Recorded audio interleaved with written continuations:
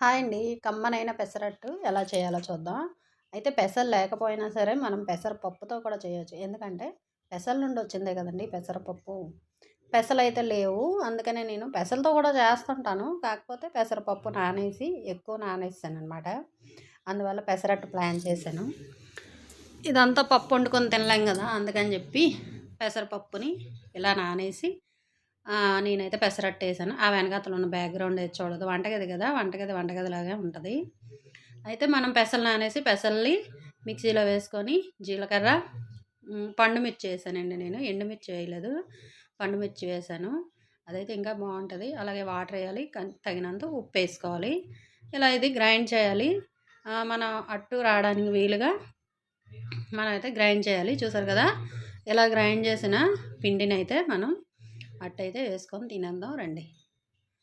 Stove వెలిగించి pan పెట్టి దాని మీద మనం అయితే పెసరట్టు అయితే చక్కగా ఫ్రై చేసుకొని తినేద్దాం. ఎందుకంటే పెసరట్టు కదండి, బాగా ఫ్రై అవ్వాలి. లేదంటే బాగోదు, అస్సలు తినలేం. కరకరలాడినట్టుగా చేసుకోవాలి.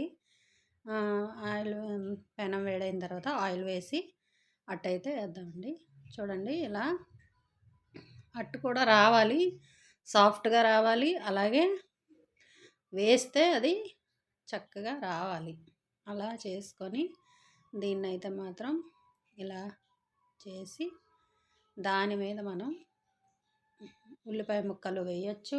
లేదంటే ఏదైనా హెల్తీగా తినాలి అంటే క్యారెట్టు, అలాగే బీట్రూట్ తురుము, క్యారెట్ తురుము, ఆనియను ఇవన్నీ కూడా వేసుకోవచ్చు.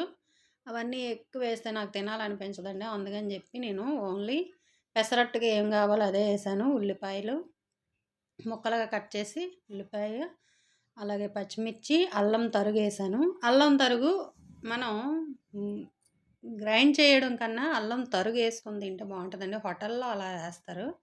అలాగే అల్లం తరుగు అయితే నేను ఇలా వేసి జీలకర్ర వేసాను. ఇది బాగా ఫ్రై అవ్వాలి. పెద్ద మంట పెట్టకూడదు. మీడియం ఫ్లేమ్లోనే అది బాగా ఆయిల్ వేసి కాల్చాలండి బాగానే. లేదా అంటే తినడానికి మెత్తగా ఉంటే బాగోదు. ఇలా కరకరలాడినట్టు తింటేనే పెసరట్టు బాగుంటుందండి. అలా బాగా ఫ్రై చేసుకొని మనమైతే ఈ అట్టుని సర్వ్ చేసుకోవాలండి. అయితే దీంతో మనం చట్నీ ఏం చేయాలంటే, నేనైతే మసాలా చట్నీ చేశానండి. అంటే నిన్న నైట్ చేశాను, అదే ఉంది. అందుకని నేనైతే చట్నీ చేయలేదు. మసాలా చట్నీ అయితే సూపర్గా ఉంటుందండి దీనికి.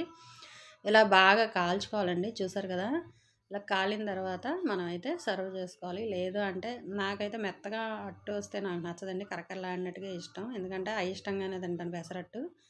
హెల్త్ కోసం అని చెప్పి తినడమే తప్పించి అంత ఇష్టంగా అయితే నేను తినను.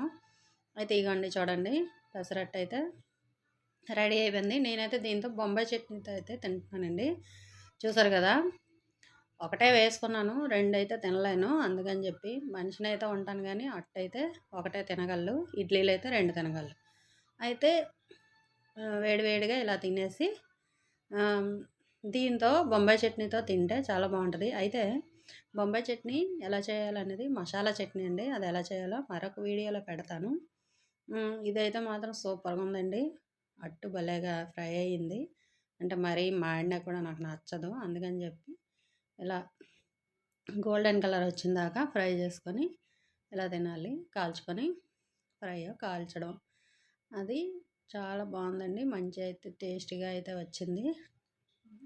ఇది తినడం వల్ల అయితే మనకైతే బెనిఫిట్ ఏంటంటే, మెయిన్ హెల్త్ ఏదైనా ఇష్యూ ఉన్నదనుకోండి, జీర్ణకోశ సమస్యలు ఏమున్నా సరే, మోషన్ ఫ్రీగా అవ్వకపోయినా సరే ఇది తిన్నాం అనుకోండి పెసరట్టు, ఫ్రీ మోషన్ అయితే అయిపోతుందండి. మెయిన్ చాలా బాగుంటుంది. ఈ వీడియో నచ్చిందనుకోండి లైక్ చేయండి, షేర్ చేయండి, సబ్స్క్రైబ్ చేసుకోండి.